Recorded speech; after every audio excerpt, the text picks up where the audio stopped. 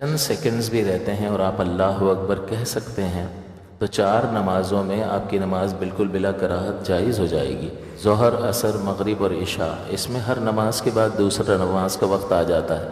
تو اگر 10 سیکنڈ بھی رہتے ہیں اور اتنا وقت کہ آپ اللہ اکبر کہہ لیں تو آپ کو نماز قضا نہیں کرنی کہ یار اب تو ٹائم ہی ختم ہو گیا، اب 10 سیکنڈ میں کہاں، چلو پھر قضا کر لیں گے۔ نہیں، یہ آپ جان بوجھ کے قضا کر رہے ہیں اور جان بوجھ کر قضا کرنے کا گناہ ہو۔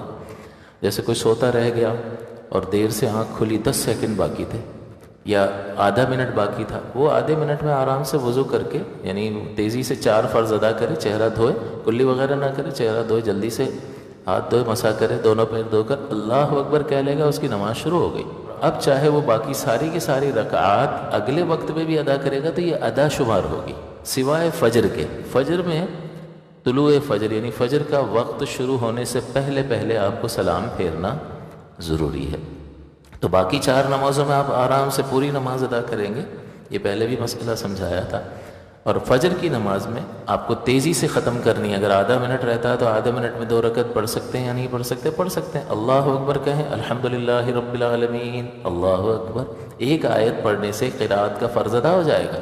باقی جتنی بھی قرأت ہے، سورہ فاتحہ کو مکمل کرنا اور 3 آیات کا ملانا یا چھوٹی سورت ملانا جو ہے وہ واجب ہوتا ہے۔ واجب جان بوجھ کے چھوڑ دیں کیونکہ وقت نہیں ہے، عذر ہے، لہٰذا ہمیں فجر کا وقت ختم ہونے سے پہلے سلام پھیر۔ اب آپ اللہ اکبر کا ایک بار تسبیح پڑھی، سمیع اللہ لمن حمیدہ، اللہ اکبر، 2 سجدے کی ایک بار تسبیح پڑھی، اگلی رکعت پہ آ گئے الحمدللہ رب العالمین، اللہ اکبر، آپ رکوع میں چلے گئے۔ کتنی دیر لگے گی؟ آپ 30 سیکنڈ میں پڑھ لیں گے۔ تو یہ قضا نہیں ہوئی نماز، صرف جان بوجھ کر واجب ترک کرنے کی وجہ سے مکروہ تحریمی ہوئی، پھر آپ اس کو صحیح وقت میں دہرا لیں تو قضا کے گناہ سے انسان بچ جائے گا۔ اور چونکہ واجب جان بوجھ کے تو ترک کیا لیکن وقت میں گنجائش نہیں تھی، اس عذر کی بنا پر ترک کیا، لہٰذا گناہ گار بھی نہیں ہوگا۔